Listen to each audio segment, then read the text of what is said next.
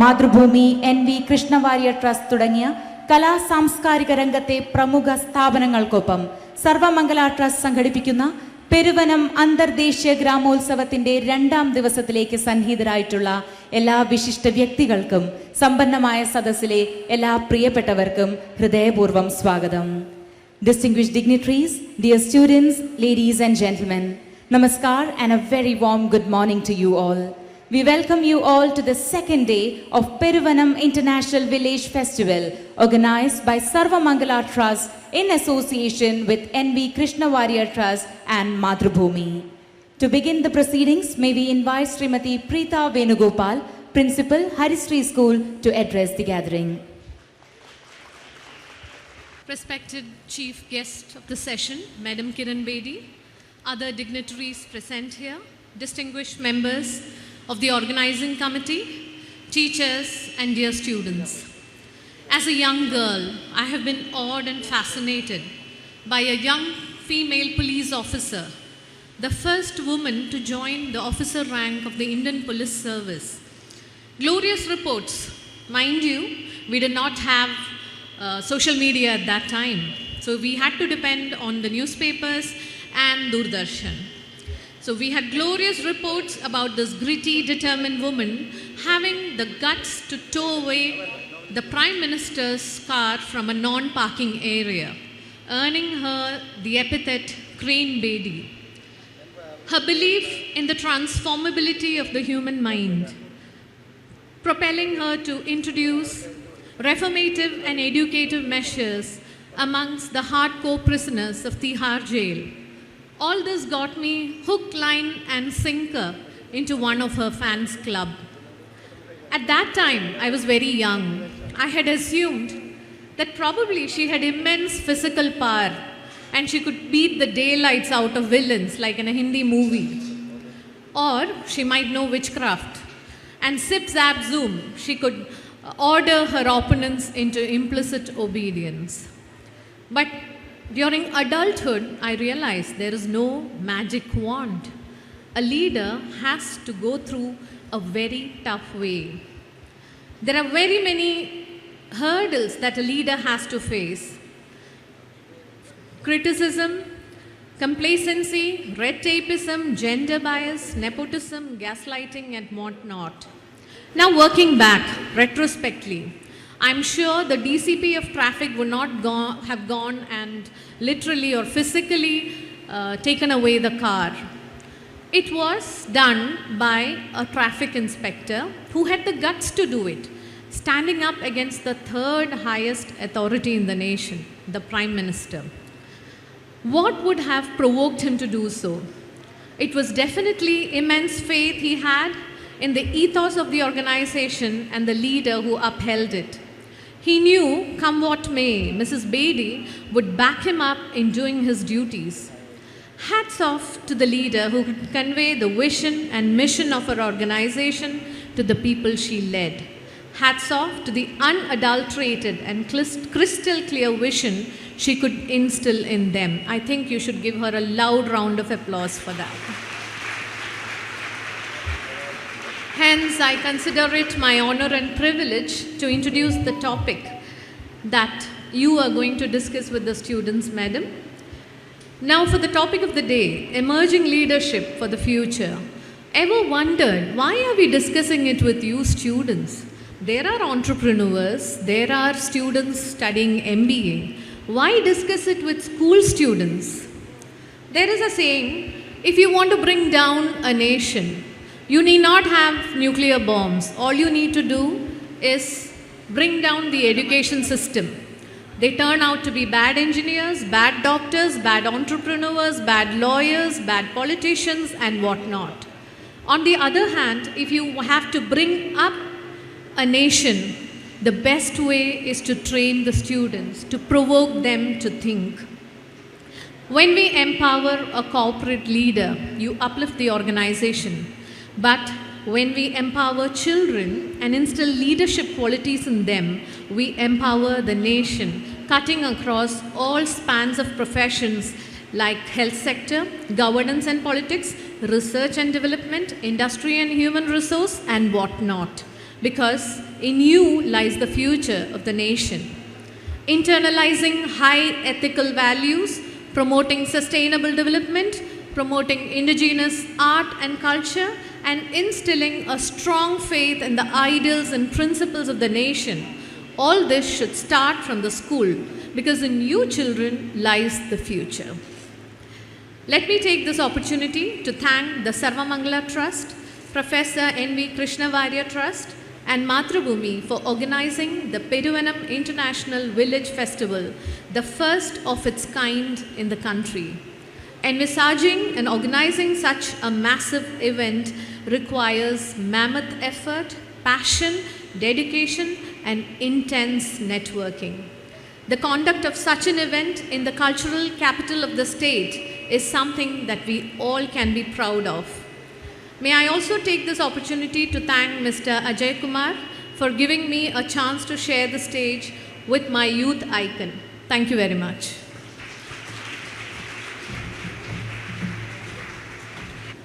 മനുഷ്യരാശിയുടെ ചരിത്രത്തിലെ ഏറ്റവും പ്രധാനപ്പെട്ട നാഴികക്കല്ലുകളിലൊന്നാണ് പുസ്തകങ്ങൾ രചിക്കാനുള്ള ചിന്ത.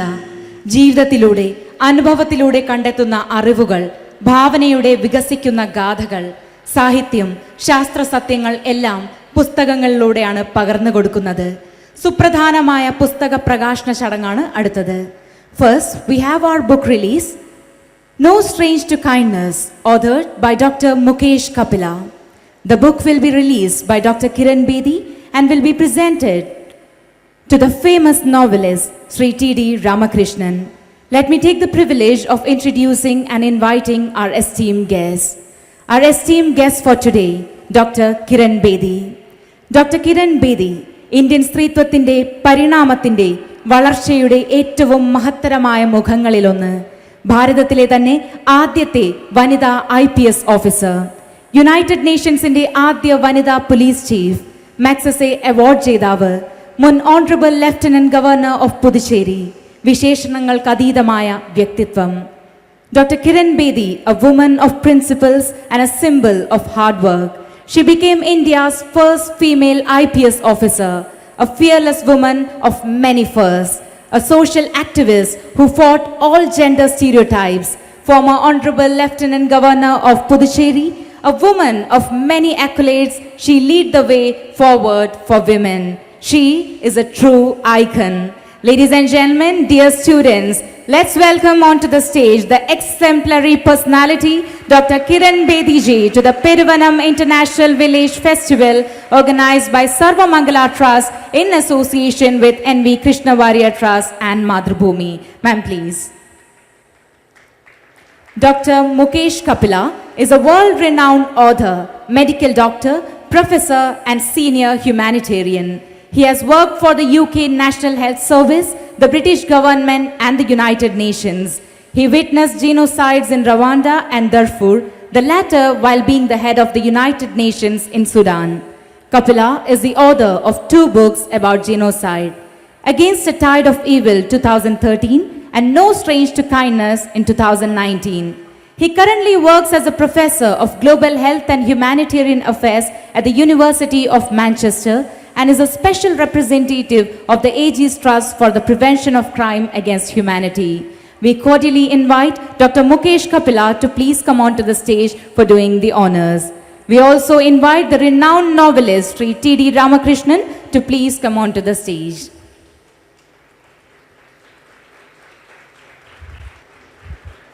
Ladies and gentlemen, No Strange to Kindness, authored by Dr. Mukesh Kapila. The book will be released by Dr. Kiran Bedi and it will be received by the very famous novelist Sri T.D. Ramakrishnan.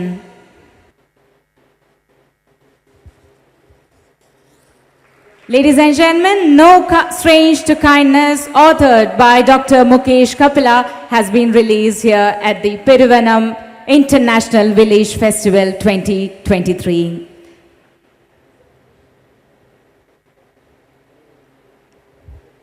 Thank you, sirs, for doing the honors. You may please take your seats.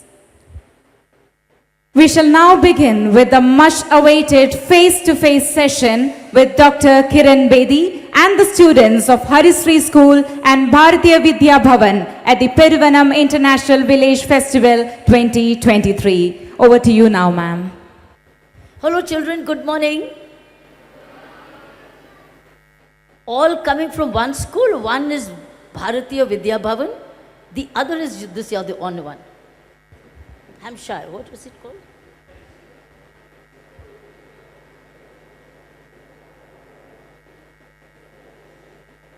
Harishri.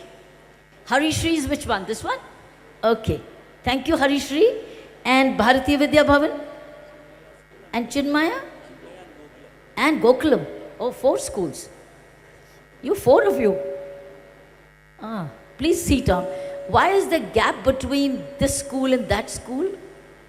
Or is you got the instruments?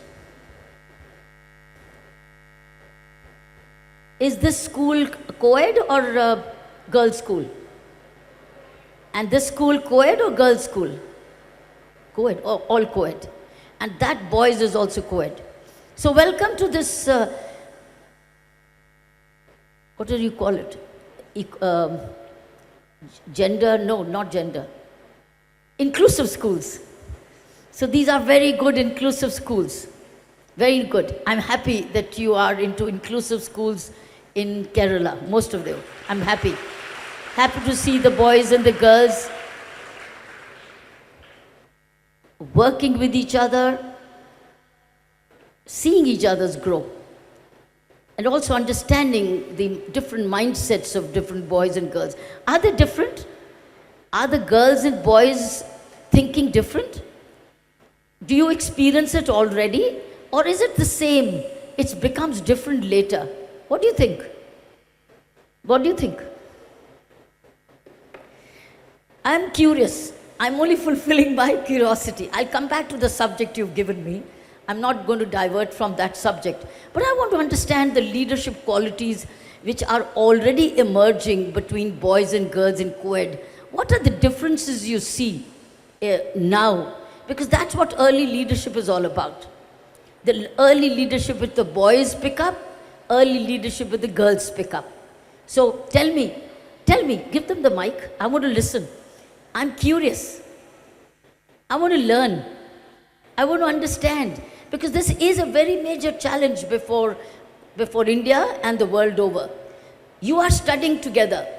What is it that you see already different in boys and girls? Any girl who would like to share what she feels, what she sees already different in the boys? And can a boy tell us what he sees different in the girls? Anybody from the girls? Anybody from the girls? From this school? What do you see different? I want you to become observant already. Unless you become observant now, how will you know difference? Take the mic. What do you see different between the boys and girls already? The perceptions are different. Like? Like it's completely different from what we think and what they think. So that's what. Give me an example. So the way we think that you ma'am standing here right now, it's not the way maybe the boys think. Because for you, we are a role model. And I think that's what you meant. And for the boys, it may not be like that afterwards. Is that true, boys? It wasn't true. That's a perception. It wasn't true before. But right now it's... That's a good one. Wasn't that? Because the way maybe 20 or 30 years before, were you being the first woman IPS officer, for us, you became the most emergent lady out there. But it was not like that before. So that's when, and right now I think it's all growing up. Well, all the perceptions are leading to a better world. So that's what I think. Thank you. So perception of the role models between the girls and boys you think is different? Perceptions are such. One example as you told, maybe? If I ask them, they'll say no, they'll deny it. But They deny it for the fact. I agree, I bet so. All right, let's give a chance to the boys. What do the boys think? How do you see, what is the difference when you're growing up? The way the girl thinks and the boy thinks, or the way she conducts herself and the boy conducts. Because you're in the same school. You have the same teachers. You have the same books. You have the same books. What's making the difference in your ways of thinking? Go ahead. Any boy? These are very valuable observations coming from coming generations. Any boy? Come on, you know. Girls are more courageous. Do I get my perception? They immediately stood up. Any boy? Come on. And no, I want it from here. Your school, no. I want another school, that school. The one in blue uniform. Is that Chinmaya or what? Or Bharatiya Vidya Bhavan? Huh? Okay, name your school name also. I am from Bharatiya Vidya Bhavan Sportor. I could guess so, the blue must be with Bharatiya Vidya Bhavan. Okay, go ahead. What do you think? Have you got my question? Yes, ma'am, but You I don't. growing up together, tell me the differences you're already feeling in the perceptions with girls and boys. I think what she said, for me always you have been a role model. I read so many things about you and you have always been a role model for me. There is no difference between girls and boys for me. Considering a role model is like whether it's a woman or it's a man, I always consider as a role model. There is no difference when we consider gender, anything is not there. See, that is why she said it's her perception. It's Yes, not ma'am. the truth. Yes, ma'am. So, all right. So now you say that you believe what you see, that you have common role models. There's no difference between girl role models and boy role models. That's my perception, ma'am. That's your perception. Yes, ma'am. Okay. You being very smart. Okay, go ahead. Yeah, that's it. I don't think there is a difference between boys and girls. Like there something. Every time we won't be the same. We won't be thinking in the same way. But many times I think there will be some similarities too. What will be the differences? I'm not looking at biological differences. Yes, ma'am. Mental, mind differences, behavioral differences. What do you think are emerging or you see coming in life?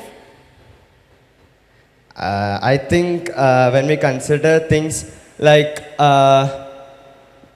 when we say about girls, there are sometimes like people are saying that they are getting forced up or closed up into something, and now currently the things are changing and both of them are getting equal kind of feeling. How are you feeling? How are you growing up? Equally or are you still saying? Surely, ma'am, equally. In our school, it's equal. Yes, ma'am. Are you sure?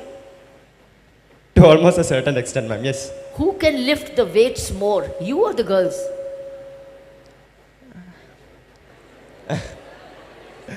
Both of them. I don't think like both. Either the boys or the girls, they can. So are they Mary Coms then? They can lift this luggage as much as you can? Sorry, ma'am. Are they like Mary Coms? They can lift so much as you boys can? Yes, ma'am, they can. They're They little try- are they Mary Coms? Yes, they can. They Who can. can climb the rope faster? You or them? Ma'am, by practice, anyone can. That's a good point. Let's clap for him. He's come to the point which I wanted to take you to. You're both growing up equally, getting the same teacher, the same books. The difference will be how you will be influenced by your parents. Back home, everybody's home is different. Girls' parents, what they think and what the boys' parents think will make an impact on you. But the question here is, how do you perform equally? How do you listen to your parents, take the positive energy out of it, and anything which holds you back, you question it. Like for instance, the parents may just say that by the time for the girls, by the time you're 20, 21, 22, it's important that you settle down. That you settle down. Because the parents are growing up and they would love to see the girls settle down. And what do they mean by settling down? Is settle down to have your own home. Own home. Or let's say by 23 years, have your own home. Because they would think that it's time for the girls to go to start their own home. And for the boys, it would mean settle down, that you have a partner in life so that you have a home. The house becomes a home when a woman enters. These are the little thinkings, differences will come. I want to alert you on that. Once you get alerted on that, then you will grow up equally, you will all have a home. But the settling down will not be in a rush for the girls. Settling, particularly now for the girls, settling down will not be in a rush. And for the boys, settling down will not be like having a homemaker, but be prepared to have a full-time, equal employed worker. Worker means home partner, where both work equally and run the home equally. Whereas in the girls' side, you will take a partner who will treat you equally and treats you or considers you as an equally powerful financial homemaker. Both become homemakers. While the parents, for the girls, will not tell you this. They will say, go to another home and settle down. What you do with your life is yours, whether you keep working or you decide to be a homemaker. Whereas for the boys, it will not be all the time a preference. Some parents would prefer a homemaker, and some parents would make a home earner as well as an equal partner. There will be a big difference between the perceptions of your parents. For the boys, whether they take you towards a homemaker or a equal economic developer with you, equal economic partner. Whereas for you, it will be a homemaker or because parents-in-law will also be deciding. So I would think, grow up, you're studying equally, but the challenge of life will come little later. And that sowing of the seeds will begin now. What do the boys believe in? Influenced by the parents, that they want a homemaker, a mother at home, a child bearer, and somebody who looks after the elders. One, nothing wrong, right or wrong. These are all choices we all make. And for the girls, parents or the parents-in-law will also play a decider role. But at the moment, you are growing up equally, but you will become different. Second portion will be, as you grow up and you become family responsibilities, the way the woman will respond to family responsibilities, the way the boy will respond will be different. But the world is going to be equal, because both are going to be working, both will be needing economic growth. Boys, obviously by right, will be the economic bread earners, but the girls are there by choice. They will still exercise a choice, and the bigger choice will be when they develop family responsibilities. That's where your roads will change.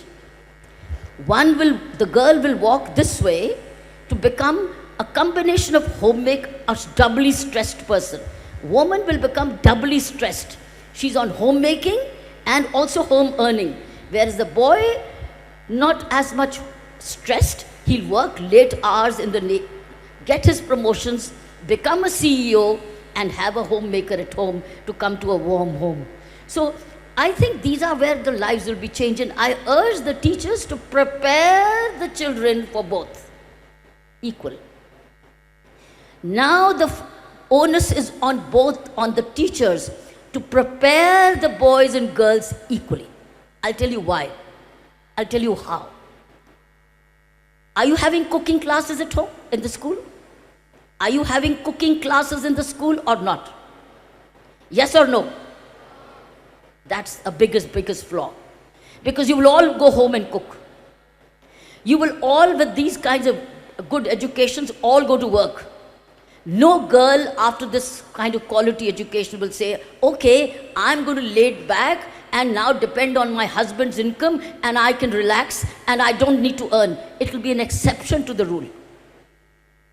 Just as there will be no exception in the boys where he says, I'm laid back, my wife is earning, I'm going to be at home. No, this will not happen. Not in a boy's life. But in a girl's life, an exception will happen. When she might just say, I'm educated, but I'm now going to work only from home, earn my bit, I'm satisfied with a little, but I can now depend on what my husband earns. So there will be two different ways of approaching. But cooking everybody will do. But supposing the girl is also earning, she's also coming late, she's also the CEO, the boy is also the CEO, both need cooking. Well, in India, we are very lucky that we get home service.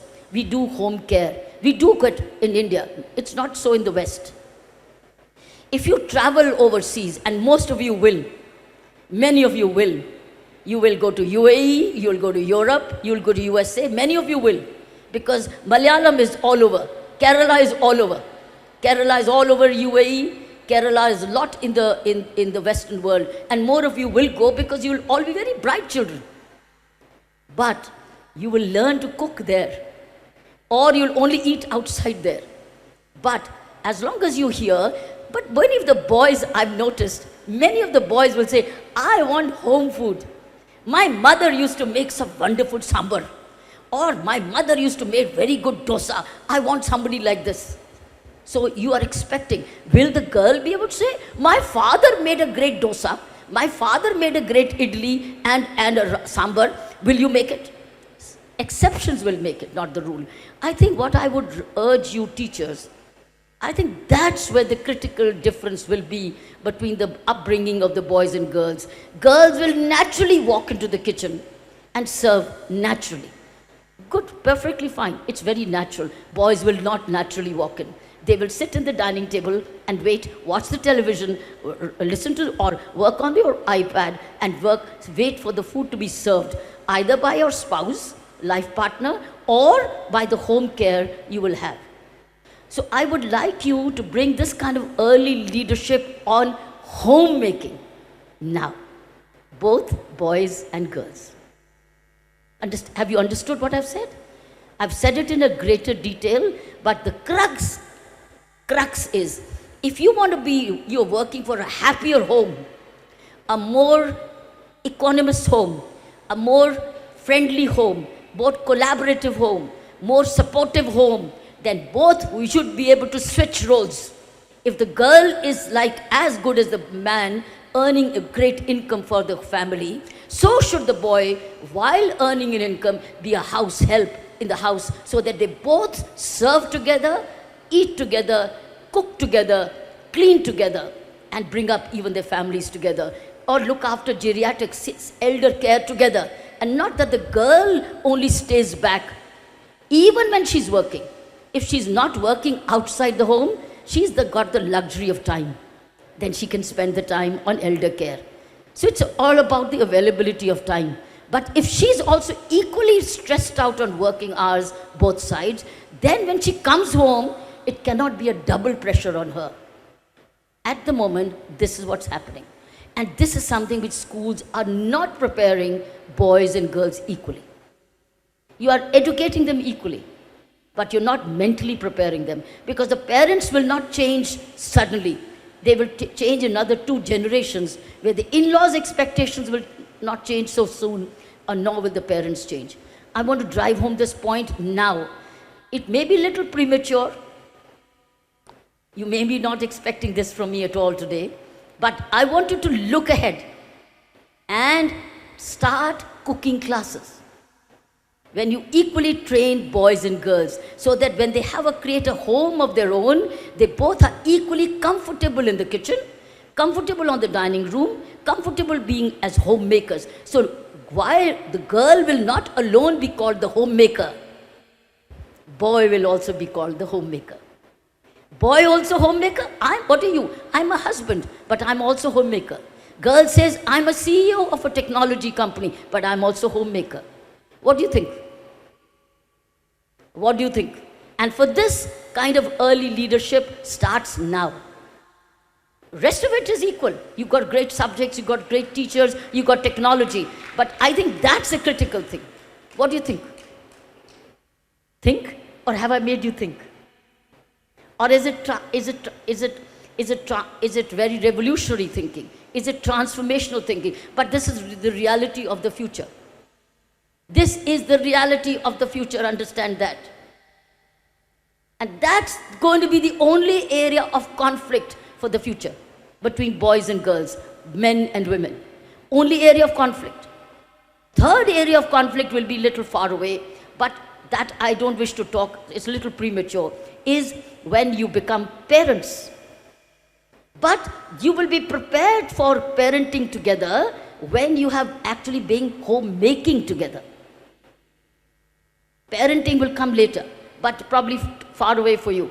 But homemaking will take you to good parenting together and elder care together. And elders also need care. In the country, aging and young, India is both young and aging. So, while young, you're together homemakers. And when you are having your parents, you're again together. And could be girls' parents and could be boys' parents. The girl would have an equal inclination to see her parents are served. And the boy would be wanting his parents to be served. It has to become our parents to be served. Not his or hers, ours. So these are the challenges of the coming generations. And for that education has to be given now to have happy homes. Because in the end, we are all studying and working hard to have a happy home. In the West, both have to work together. That's why many women are deciding to have live-in partners. No marriage. There's a relationship, there's a contract, both will work together. They don't want to get married because marriage means something else. It's something like, I take you for granted. But live-in relationship, no taking for granted. You haven't cooked my meal or you haven't done this for me, thank you, bye-bye, go. You can. It can happen.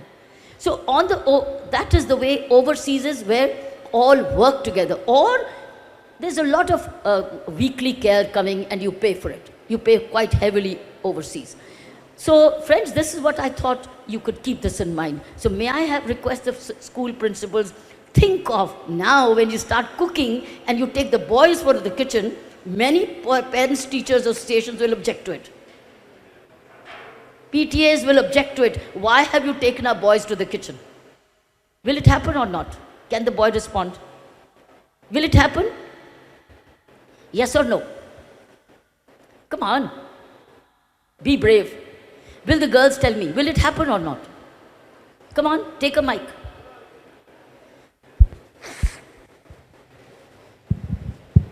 Yes, ma'am. I'm sure it might happen, but we just not go with that. We should try make them understand. They may not be knowing.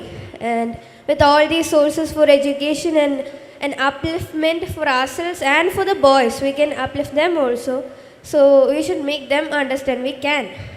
We should also try. So we will make them understand, but yes, initially they will need to be made to understand, right? Yes. That means there will be a shift in the thinking. Yes. Good. And we should make that shift. We must make the change. What do you think about? What do the boys think? How would you feel going to the kitchen and learning to cook and then going home and helping your mummy? Parents, at the moment, your mummy, your mother in the kitchen, and your mother might just say, what's wrong? You were supposed to have learned biology and chemistry and physics. Who asked you to learn to make a rasam or a dosa or the dal or the vegetable and cutting the vegetables? Any boy? What will you tell your father? Okay, go ahead. Okay, son, go ahead. Take your mic. How will you respond to your parents on this? Ma'am, I personally feel there wouldn't be any intervention by the parents, because in our school, few years back, we did have a cooking class. It was wireless cooking. Both the boys and the girls were involved. There were no problems by the PTA. So what I try to understand is that as we are growing, our parents are also more understanding. They do not have any problems nowadays because they also realize their flaws while they were brought up. So nowadays, it is not a big issue. Like, parents are fine even if the boys are cooking. I'm so happy to hear this progressive attitude. Exceedingly well. This could be the way. Is this special to your school? Yes, ma'am. It was conducted 2 years back. So you are already 2 years ahead of time. And that will ensure a more harmonious homes. This will now assure you no acrimony, that this is yours and this is mine. This is your role, this is mine. I'm also, but the wife will say, I'm also earning. But you say, no, my mother did this, so you do it. You will not say that. You will say, we both are parents, we both are partners in life, we both are friends for life, we are both life support for each other, we are friends forever, that we do everything together. So I'm glad you did it, but I think you should do a little more often. Now, do you go back and practice at home? Yes, ma'am. Come Yes. on, Yes, yes. come on. Do you go practice at home?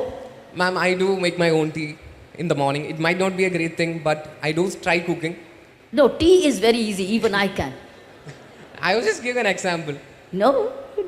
Tell me, what dish can you cook? I can make rice. That's also very simple. Give me a complex one. Complex one, I do accompany the parents, but I can't make it on my own. Okay. Now, can you be given weekend homework to go and cook a dish over the weekends? Can all the schools be given a homework, cook a dish on the weekend and bring it to the school? Now, that's a great idea, to be honest. Like, I think we could try that. I'm glad you've been initiated into it. It will help you. No doubt what you've done, even if you don't practice over the Sundays or the weekends, it will help you. But if you practice it on a regular basis, in fact, our overseas, I've seen this. My sister lives in Iowa, and I was recently visiting her, and I was checking up on the school system. They literally have an assembly line. Every child chooses the skill they want, and some skilled children use bakery. Some use mechanics. Some children do this, and they go into an assembly line, and they pick up the. It's not a hobby; it's a profession. Some children say, "I want to be a baker. I want to do bakery," and so they all learn different kinds of breads making, cakes making, and they become professionals and they become chef. Some say, "I want to be a chef," so they go into a chef training. So it's a hobby converted into a vocation. So anyway, I'm just throwing up an idea. Is that how about introducing cooking classes? Yeah, you want to say something?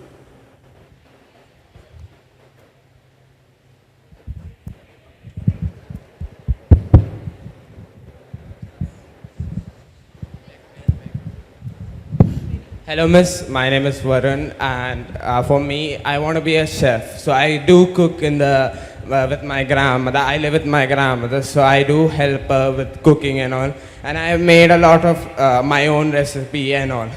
Yes, miss. Because you want to be a chef. Yes, miss. And you work. That's a great idea. Those of you who want to be a chef would start the cooking now, and you'll become famous cook. We got many male famous cooks in the world today. Yes, miss. And they are millionaires. And they're billionaires. And they made great names for themselves. Yes, isn't it? yes. It's a great idea. But I want you to become homemakers as you grow. Yes, even- and then you become a chef on your own, or baking or caking, whatever. Yes, miss. Like in the starting and all, I'll be cooking in my house itself for some times. And I thought like for 1 year I'll spend with my mother cooking for continuously and helping her out. That's what my plan was. What's and your- after that, What's your name? Varun. Varun, one day you will become a worldwide chef. I'll look out for your name. Why? Because you started it so early. Yes, miss. I think that's a secret to leadership. Start your vocation early. Start thinking and imagining and envisioning it. What would you like to be? Right? And if you want to be a chef or a musician or a writer or a cop or an administrator or in business or in education, anything, start the thinking now. Yes. And accordingly prepare yourself. You'll be right at the top in your early 20s. The way Ajay Kumar ji is, who is a billionaire already, doing, he started it as a great early leadership, had the value systems intact, and today he's a billionaire, which is why he's able to come back and invest back in his village. Would you like to do that too, the way Ajay does it? Yes, miss. You can also become rich early and come and reinvest and serve, isn't it? Good, thank you. So, Thank you, miss. to close this subject, this part of the discussion is that schools, not only your schools, schools around, girls and boys, when they're being schooled equally, they have to be preparing to run their homes equally.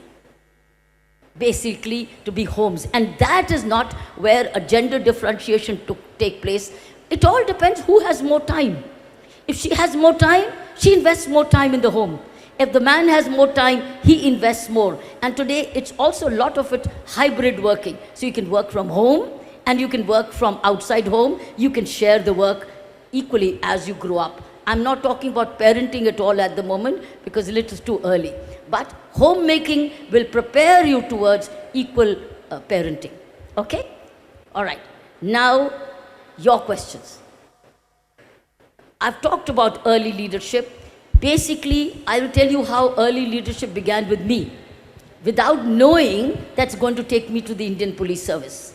My early leadership began with playing a lot of competitive tennis.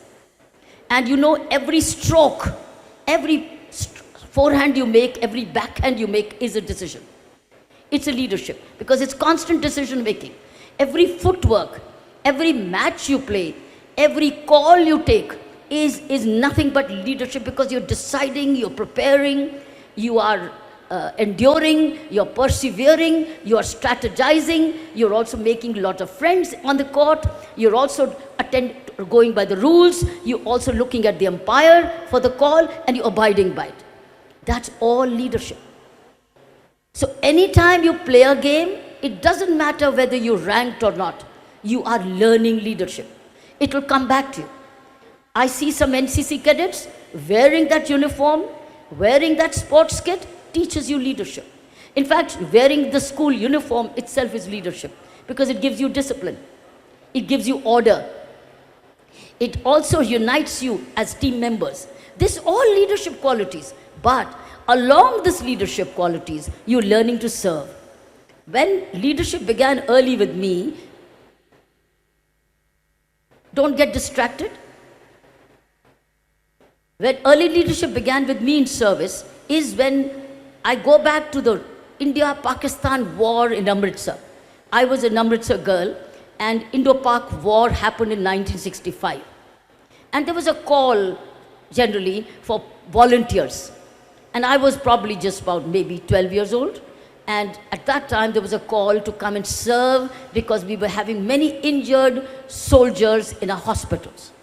And I asked my mother, and my mother also said, go and serve in a hospital. And I used to take a bike, drive about 6 kilometers from my house, go and clean the floors, sit in a reception, make a queue. And so that the people, there were a lot of pressure on the hospital.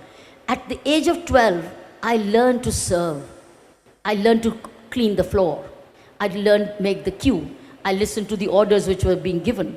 And then came these subsequent wars, which Pakistan, as you know, India, Pakistan have had their more than one war. But 1965 war, I remember, and that time, we used to have saber jets flying over the plane. It also made noise. We also had the siren coming in, and we also had the ditches. We had the trenches, called the trenches, where the rule was, every time there's a siren in the city, you just have to park your bike aside, get into the trench, and then look above, but you are in the, supposing a bomb or something falls up, you are in a trench and you are protected.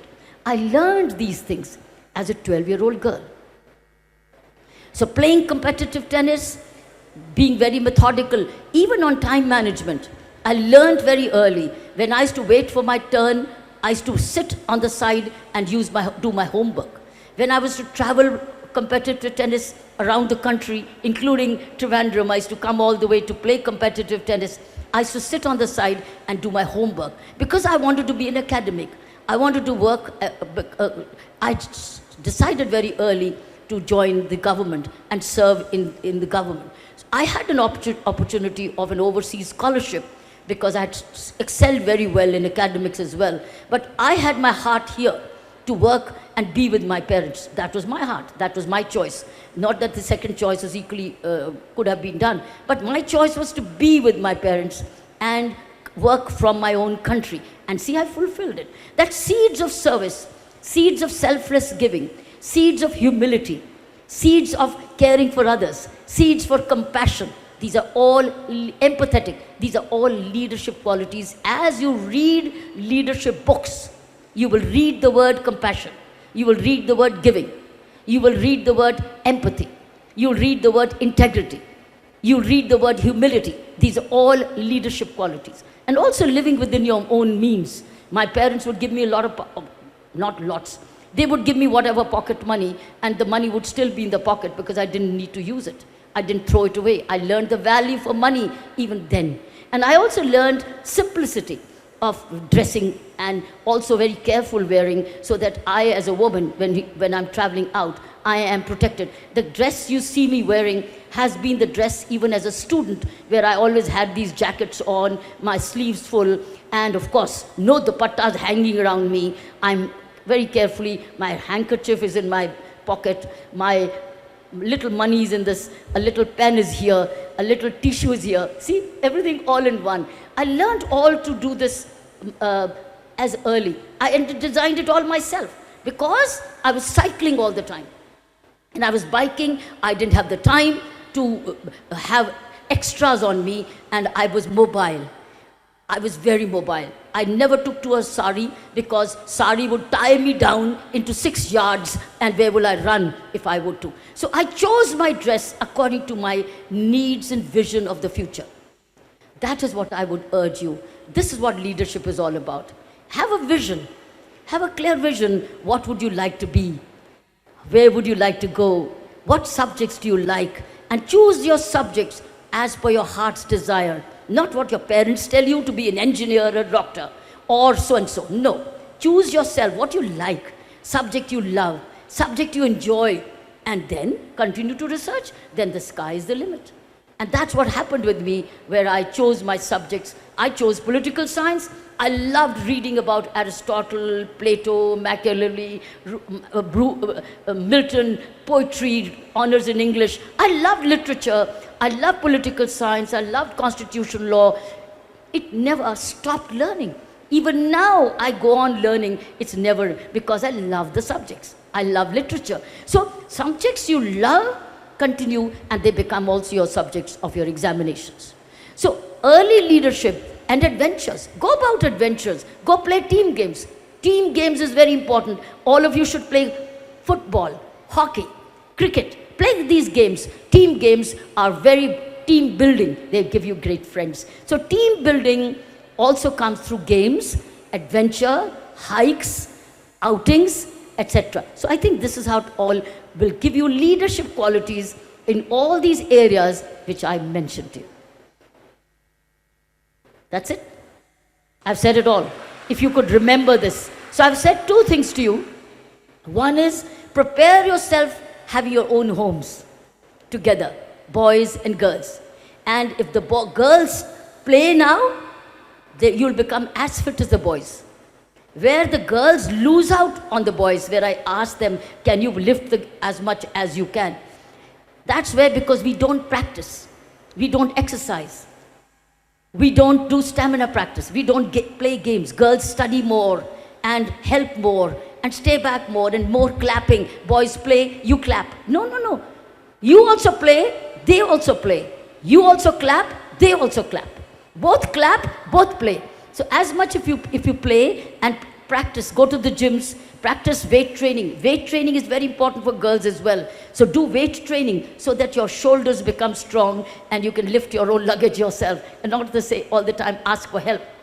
So object is to groom yourself. The moment the girl has these 3 M's, 3 M's for girls: mobility, money, mobility, and money, and then the mind of her own. Moment she has these 3 M, money, mobility, right? Money, mobility, and money. Moment, what are the 3 things I said? Mind. Moment you have a mind of your own, clarity of your own, you're different. You're as good as the boys. And the moment the boys have the compassion, the giving, the humility, etc., you make a better society because they already have money. They will have money. They will have mobility. They will have a mind already of their own. It's the girls who are sometimes dependent on the boys. But the moment the school grooms you to have a mind of your own, mobility, as you travel around and you earn money, you're a different person. You're equal. Both of you are then equal. And that's how society will become doubly empowered because they have realized the potential of both. Boys' potential, girls' potential. And that becomes synergistic energy. So friends, this is what I thought I would. So learning to cook, learning to be homemakers when you're a child and valuing everything, and go bake on the weekends. Tell your parents, Daddy, today, Mommy, I'm going to make this for you. So they say, no, you don't study, you have homework to do. No, give me 20 minutes. Okay, ma'am, Mama, you can chop the vegetables for me, you can put the ingredients together, but I'll plan it out for you so that you can save your time. That parents will love it.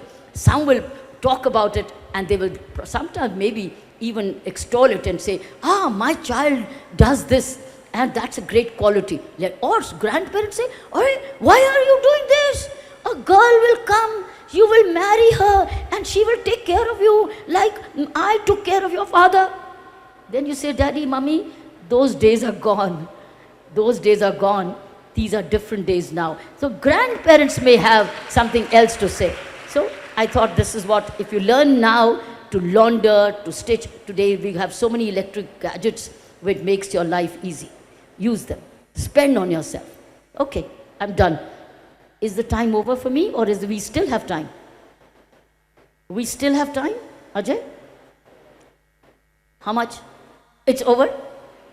5 minutes? 10 more minutes. He's very smart. Always, whenever I say it's over, he says 10 more minutes. Okay, 10 more minutes for you. So I can take 3-4 questions from you. Raise your hands, take a mic, and ask your question.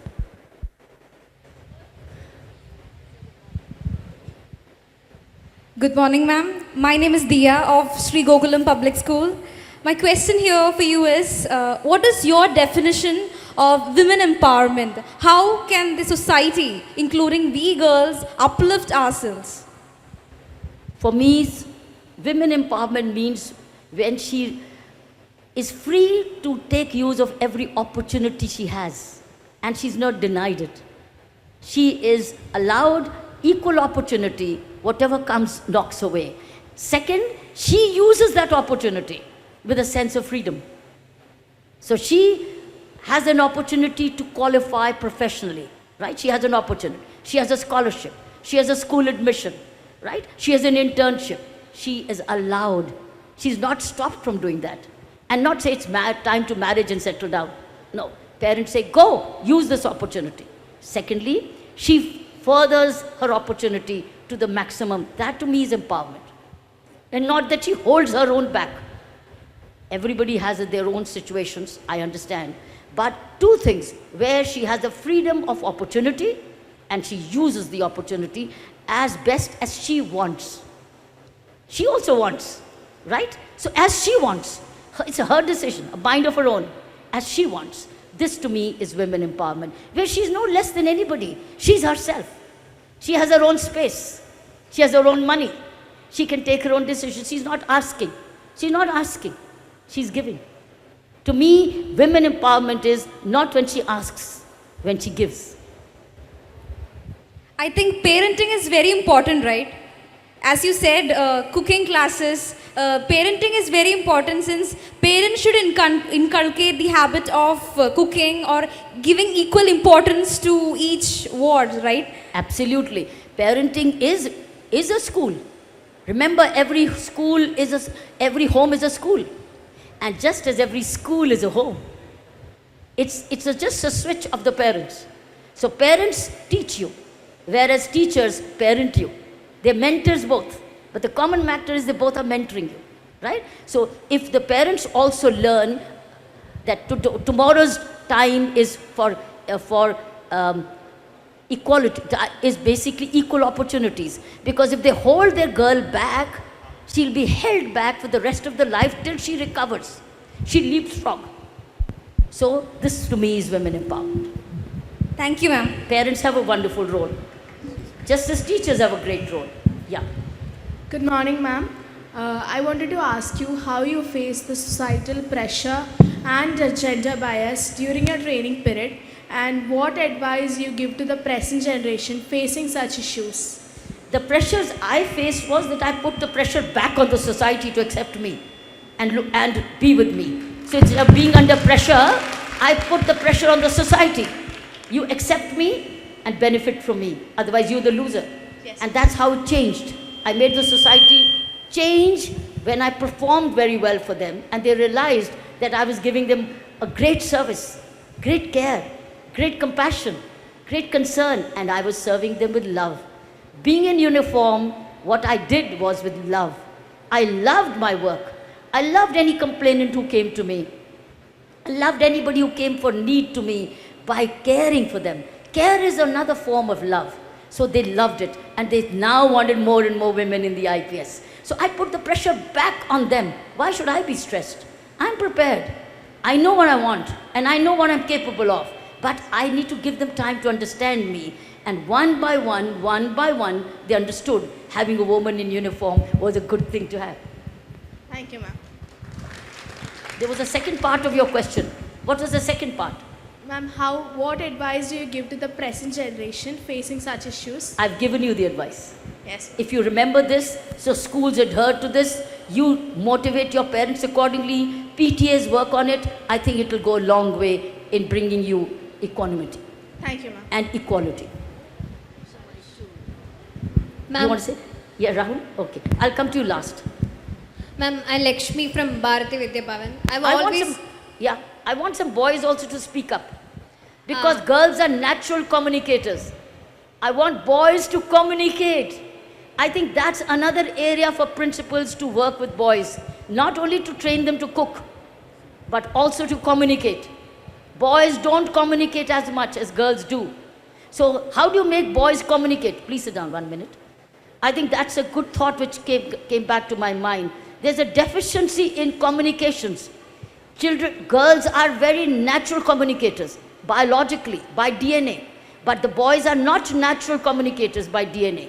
They need to be made more expressive. And how would they become more expressive? By making them teachers while they're school. Ask them to go and teach the class 2, class 3, class 4. If they are in class 9, they should go and take class 2 and communicate as teachers. It's very, very important that boys are learned to communicate. I've seen the bureaucrats in my service. Boys, men do not communicate. They, by nature, do not express themselves. They hold back information, or they hold back their thoughts. They hold it back, and that's why they get more stressed. They must find ways to express.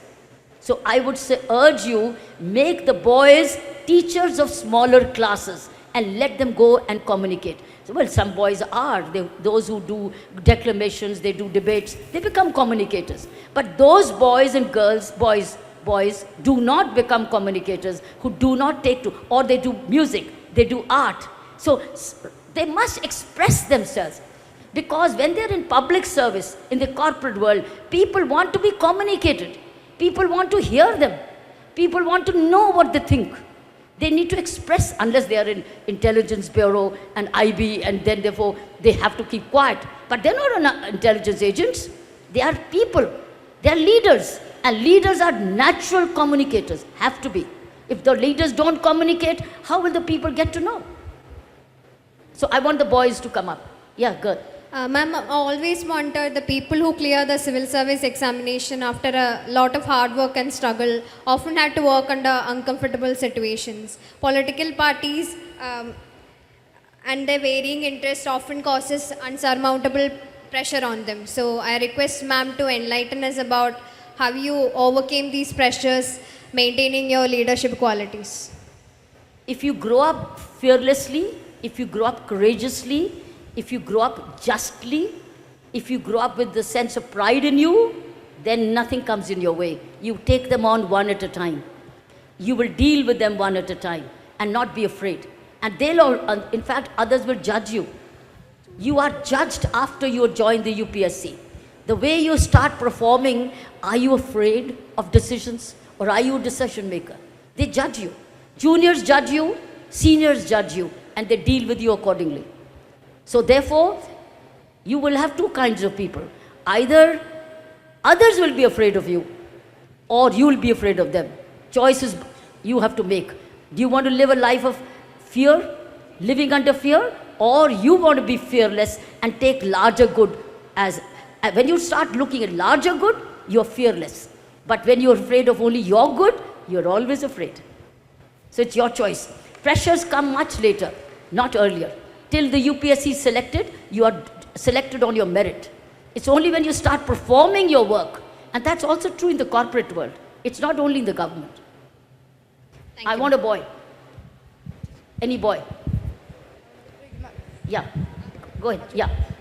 After him, we'll take that boy as the last question.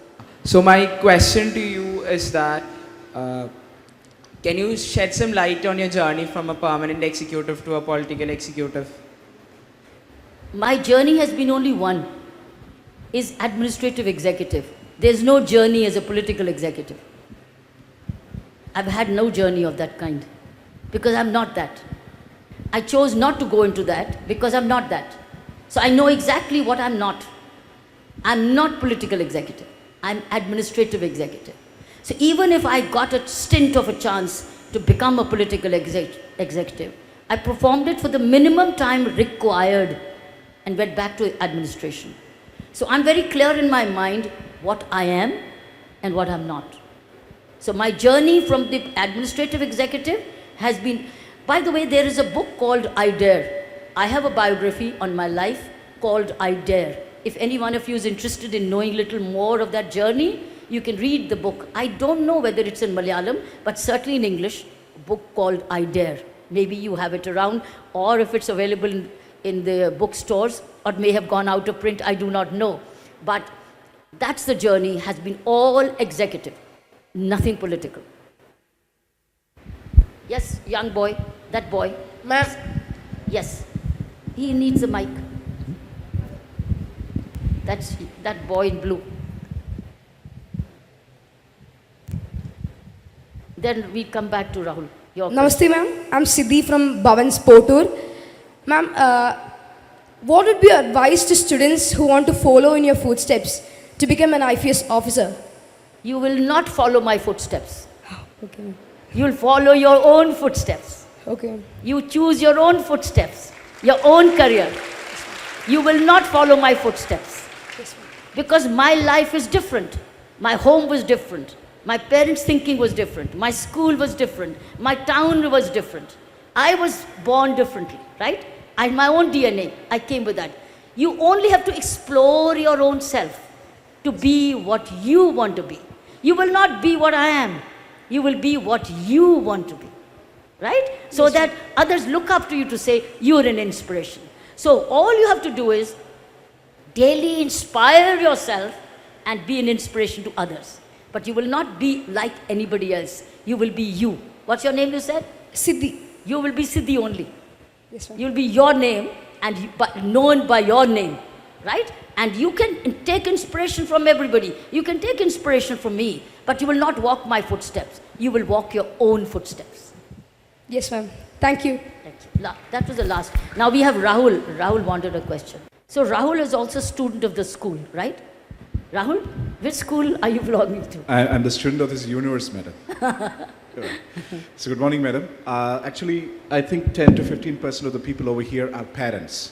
Oh. Now you spoke to the young generation, girls and boys, and what should be the tone they should exchange. You know, the old days are over. You should not listen to the grandparents at all. My question is about parenting. Now, Mr. Ajay has written a book on mindful parenting, and you released it in Dubai. And this is a time that we speak more about parenting. What should be, my question is precise, what should be the tone of a parent to their children in the modern age? Two things. When I asked Siddhi to be walking his own steps, do you know yourself? Do you know your preferences of the subjects you have? Do you know your inclinations, your natural strengths? Do you know yourself? If you know, how do you know? Do you know? Is there any scientific method you follow to assess yourself instinctively or others to know what are your preferences? Or do the teachers tell you? Or do the parents tell you? Or you know it? Or is there a scientific method by which you know? Or you just know? You just know. There is a concept called lifeology. And there's a team of lifeology experts sitting here. I want you to see them, meet them. And I think I have Praveen here. Praveen, can you show your face? Praveen handles this very good group called Lithology. And if you tap Lithology website, Praveen, if they go to website Lithology, go to the website Lithology today and see what it offers you. It, I think, gives you a totally symmetrical test of who you are.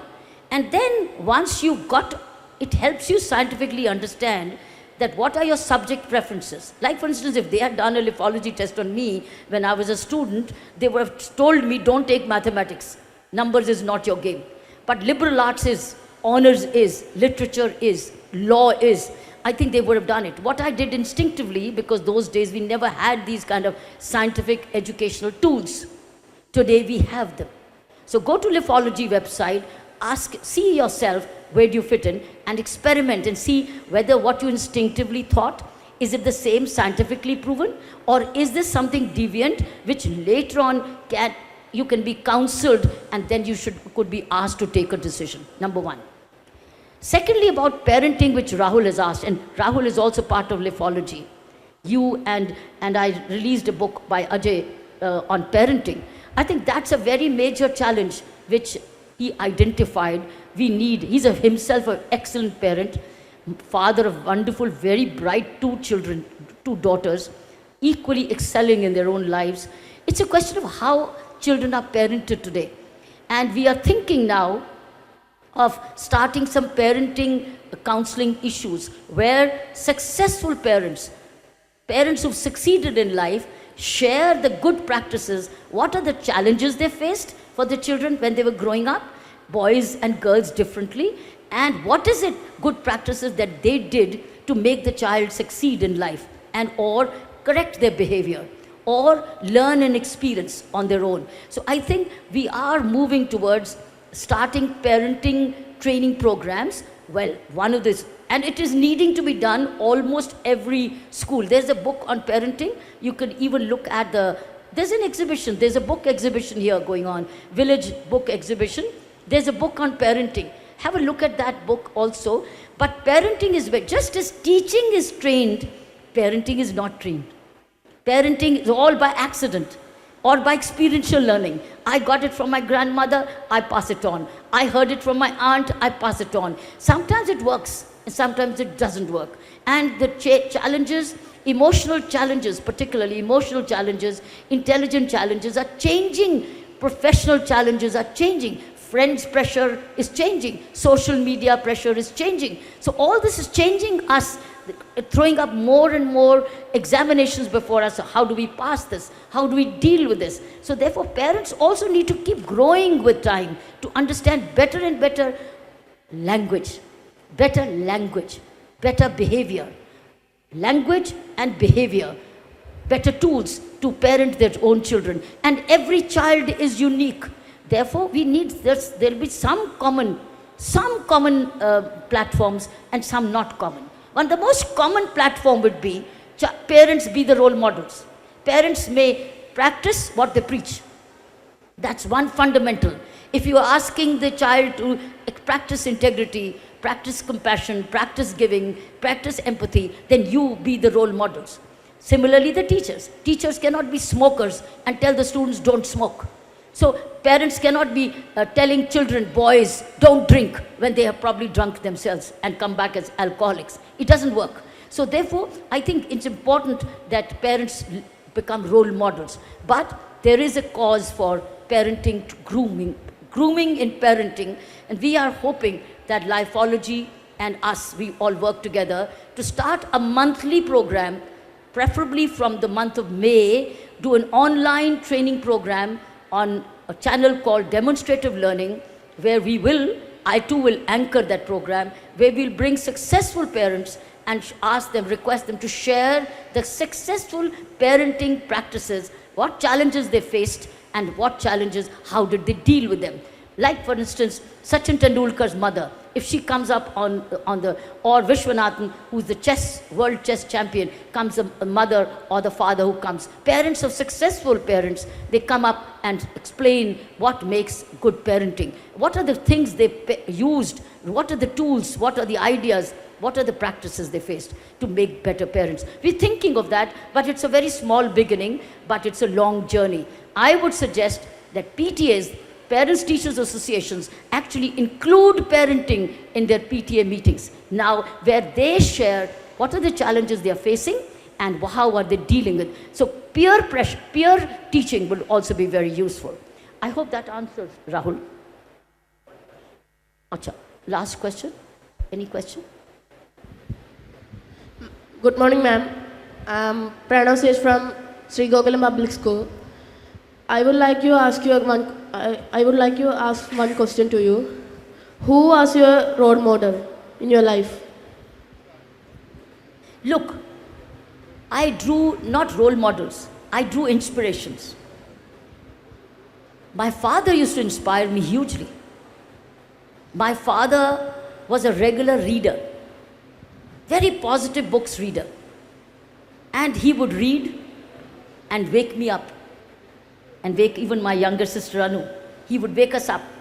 We both were tennis players and my younger sister Anu was India's #1 3 times over, Anu Peshavria. So my father was a great inspirer. So inspiration was right at home.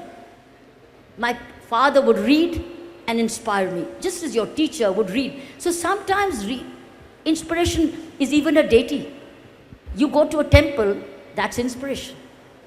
You want to acquire the qualities of or the benediction from the person you are praying to.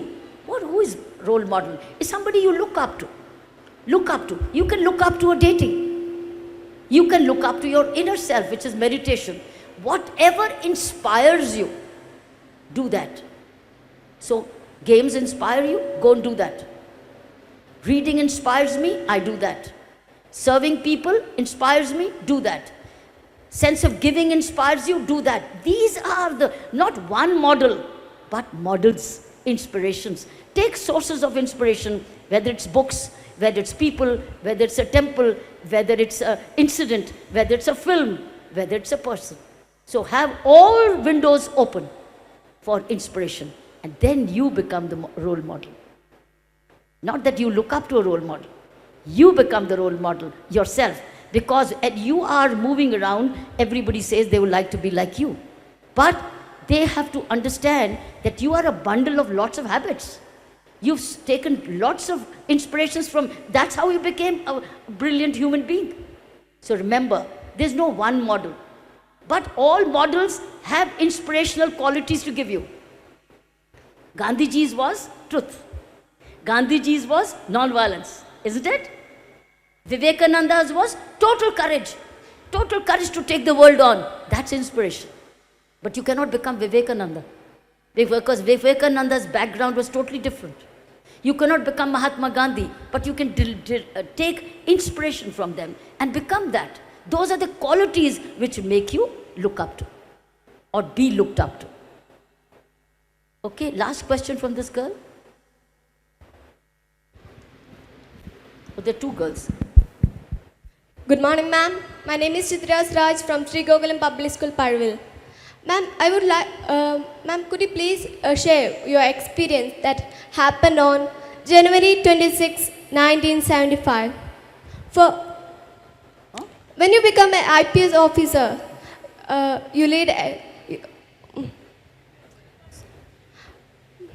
when you become an IPS officer, you had led a men parade. Ma'am, could you please share your experience about that? The parade? Yes. When I led a parade? Yeah. The parade? Yes. Police parade? Yes. Republic Day parade? Yes. Where did you read it? I think I was seeing your vlogs. Oh, you saw that? Yes. Okay, that's a small story quickly. In 1975, I was the only IPS officer, young officer, and there was a Republic Day parade on 26 January in Delhi. How many of you been to Delhi? More need to go to Delhi. Just see how many few go to Delhi. How many, raise your hands, how many been to Delhi?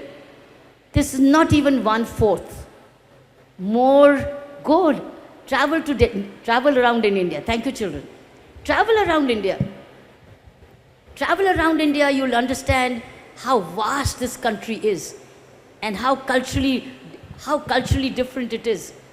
Understanding southern culture, understanding northern culture will make you truly Indians. Eastern culture, Western culture. So anyway, let me go back to you. The 26th January was a Republic Day. 1975 was a Yes. great year for you. True.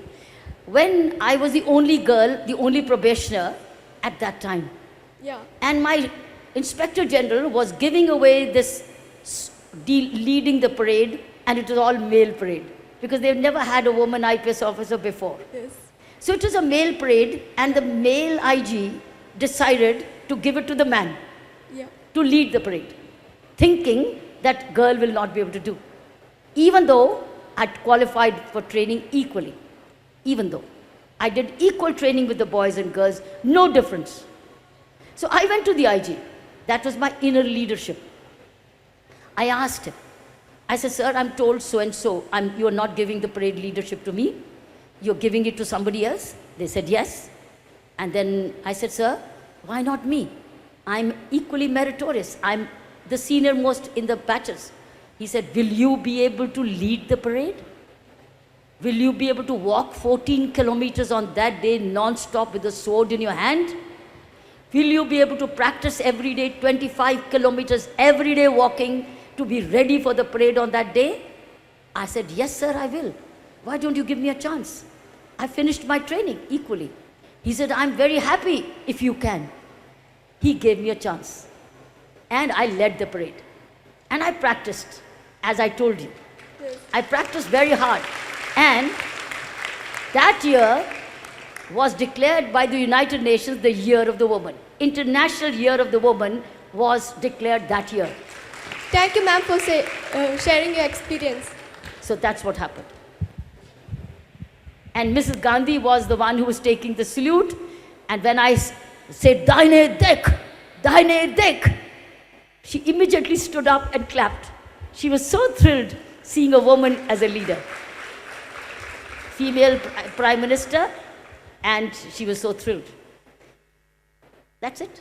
Good. So, thank you so much, children. You want to say? Okay. Okay. Give her the mic. But I want the boys to become more communicative. They should be not only trained to cook, but trained to teach. Namaste, madam. I am Saganik from Bharatiya Vidya Bhavan, Puchetti. My question is, what are the other important habits we should develop to success?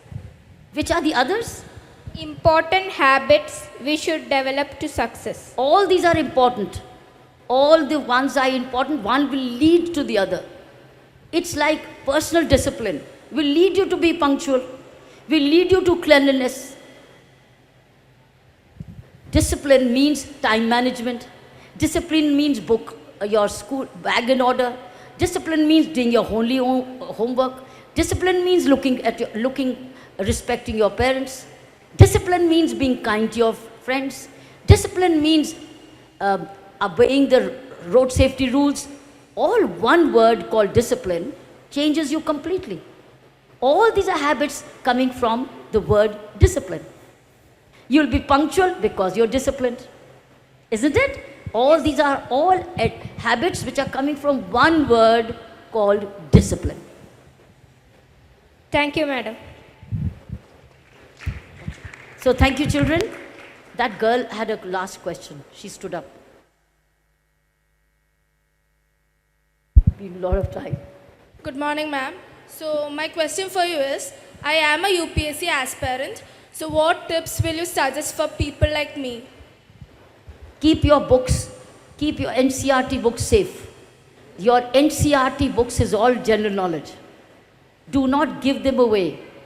Keep them books safely and revisit the books when you start preparing also for the UPSC. Because they have the basic general knowledge, basic concepts, basic fundamentals. And that will be required. You will be only building on your knowledge. But your basics is all in your up to 12 standard books. Keep them safe. And study them by understanding knowledge and not rote learning to pass an examination. But to understand the what, the where, the why, and who. All these whys are very important in your essay writing, in your general knowledge. So keep your NCRT books safe and keep being aware of whatever is happening around the world. You never know what comes. All the best and bless you. Thank you. I know all of you must be having many more questions to ask this inspirational person, but due to time constraint, we'll have to end the session now. First of all, I request everyone to clap for each and every one of you because you were wonderful audience. The students of Harisri School, Bharatiya Vidya Bhavan Puchetti and Potur, Gokulam Public School and Chinmaya School. 1972, 1972 देश के लिए बेहद खास दिन था क्योंकि उस दिन भारत को हमारी पहली आईपीएस ऑफिसर, महिला आईपीएस ऑफिसर मिली, which proved that to serve the country in uniform आपको मर्दानगी की नहीं बल्कि सिर्फ एक जाबाज दिल की ज़रूरत है। और शायद इसीलिए आज हमारे देश के लोग ये आशा करते हैं कि काश हमारे घर में भी आप जैसी बेटी हो। You are truly an inspirational person, ma'am. And also personally, मैं अपने दिल से एक चीज़ कहना चाहूँगी ये सेशन ख़त्म होने से पहले कि मैम अक्सर क्या होता है कि जो मिडिल क्लास फैमिलीज़ के जो बच्चे हैं, खासकर लड़कियाँ, उनको हमेशा से ये कहा जाता है कि लोग क्या कहेंगे, लोग क्या कहेंगे अगर तुम ये कपड़े पहनोगी, लोग क्या कहेंगे अगर तुम ये करोगी, वो बात करोगी। तो इससे क्या होता है कि हमारे जो सपने होते हैं वो सपने मात्र रह जाते हैं। लेकिन आपको देख के ऐसा लगता है कि आपने वो सारी जो चीज़ें हैं जो हमने सिर्फ सपने देखे थे, आपने वो सब कर दिखाया है। इसीलिए आप हमारे सबके जो लड़कियां हैं सबके एक इंस्पिरेशन हो क्योंकि आपने वो सब कर दिखाया। मैं नहीं जानती कि आपने कैसे कर दिखाया क्योंकि जो समूह का, जो परिवार का जो एक ये होता है कि परिवार का इज्जत लड़की के सिर में पहले से बचपन से ही रखा जाता है, जिससे कि हमारे सपने जो है वो ऐसे ही सोचते सोचते गुजर जाता है, आधी ज़िंदगी गुजर जाती है। लेकिन आपने कर दिखाया मैम, इसीलिए हमें गर्व है कि आप यहाँ केरल आई, हमें गर्व है कि आप हम सब से आपने बात की और हमें गर्व है कि आप भारत की बेटी हो। बहुत बहुत धन्यवाद ma'am. And ma'am before you leave we request you to present mementos to the winners of Padasparsham Mahatma Photography Competition. Also request Sarvamangala Trust Chairman Sri Ajay Kumar to please come on to the stage and present the certificates. Padasparsham പരിപാടിയുടെ ഭാഗമായി മഹാത്മാഗാന്ധി രക്തസാക്ഷി ദിനമായ ജനുവരി 30 Cherpu press club ജില്ലാ തലത്തിൽ നടത്തിയ Mahatma photography മത്സരത്തിൽ വിജയികളായവർക്കാണ് സമ്മാനങ്ങൾ നൽകുന്നത്. ഒന്നാം സ്ഥാനം നേടിയത് ചേർപ്പ് CNN ഗേൾസ് ഹൈസ്കൂളിലെ 8ാം ക്ലാസ് വിദ്യാർത്ഥിനി ശ്വേത എസ് കുമാർ. പെരിഞ്ചേരി പാറമേൽ സൂര്യനിൽ സുനിലിന്റെയും രതിയുടെയും മകളാണ്. 10,000 രൂപയും പ്രശസ്തി പത്രവുമാണ് സമ്മാനം. തൃശൂർ കോർപ്പറേഷൻ ഓഫീസിന് മുന്നിലുള്ള ഗാന്ധി പ്രതിമയുടെ ചിത്രം അസ്തമയ സൂര്യന്റെ സർവശോഭയോടെ പകർത്തിയത് ജഡ്ജസിന്റെ പ്രശംസ പിടിച്ചുപറ്റി. ശ്വേത എസ് കുമാർ. പാദസ്പർശം മഹാത്മാ ഫോട്ടോഗ്രാഫി മത്സരത്തിൽ 2 പേരാണ് പ്രോത്സാഹന സമ്മാനം നേടിയത്. ആദ്യം ശ്രീ ബൈജു മൂലൻ. ചിറക്കൽ KSEBയിൽ ലൈൻമാനായി ജോലി നോക്കുന്ന ബൈജു ചാലക്കുടി മൂലൻ വർഗീസിന്റെയും ബേബിയുടെയും മകനാണ്. മഹാത്മാഗാന്ധി ചേർപ്പ് സന്ദർശിച്ച മഹാത്മാ മൈതാനത്ത് ഗാന്ധി സ്തൂപത്തിൽ ഒരു ബാലിക ഗാന്ധിയുടെ ചിത്രത്തിൽ തലോടി നിൽക്കുന്ന ചിത്രത്തിനാണ് സമ്മാനം നേടിക്കൊടുത്തത്. ശ്രീ ബൈജു മൂലൻ അദ്ദേഹത്തെ വേദിയിലേക്ക് ക്ഷണിക്കുകയാണ് സമ്മാനം ഏറ്റുവാങ്ങുന്നതിനായി. പാദസ്പർശം മഹാത്മാ ഫോട്ടോഗ്രാഫി മത്സരത്തിൽ പ്രോത്സാഹന സമ്മാനം നേടിയ 2ാമത്തെ വ്യക്തി ശ്രീ അബ്ദുൽ ഖാദർ. ചെറുത്തുരുത്തി ഷോർണൂർ STV ചാനൽ റിപ്പോർട്ടറും ഫോട്ടോഗ്രാഫറുമാണ്. പാഞ്ഞാൾ പഞ്ചായത്തിലെ ഗാന്ധി പ്രതിമയിൽ ഒരു വയോധികൻ പുഷ്പാർച്ചന നടത്തുന്ന ചിത്രത്തിനാണ് സമ്മാനം നേടിക്കൊടുത്തത്. ശ്രീ അബ്ദുൽ ഖാദറിനെ വേദിയിലേക്ക് ക്ഷണിക്കുകയാണ് സമ്മാനം ഏറ്റുവാങ്ങുന്നതിനായി.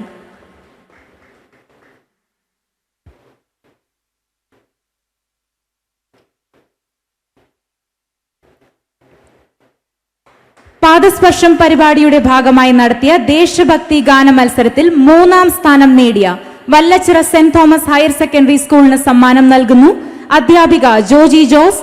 വിജയികളായ 7 പേരിൽ മിലി റോസ് ഷിജു, MB ക്ലീൻസിയ എന്നിവരെ ക്ഷണിക്കുന്നു. വിജയികളായവർ KR Apsara, MM Nandana, AS Arya, Mariya Joju, Arya Nanda.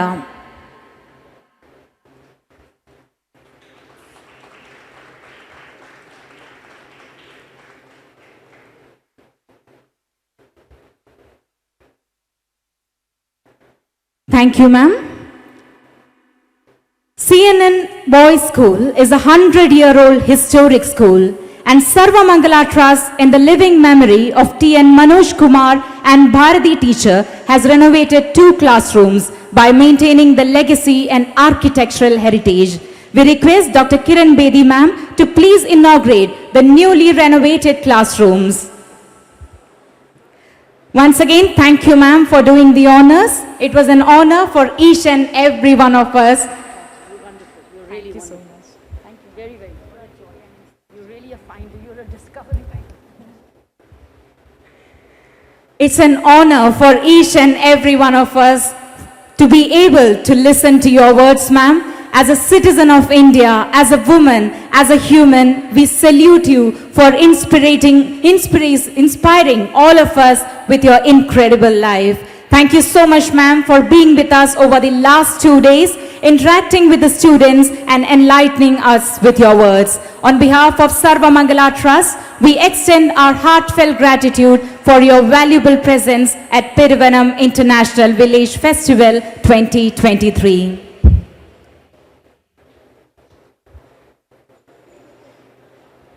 Dr. Kiran Bedi ma'am will be inaugurating the newly renovated classrooms right now.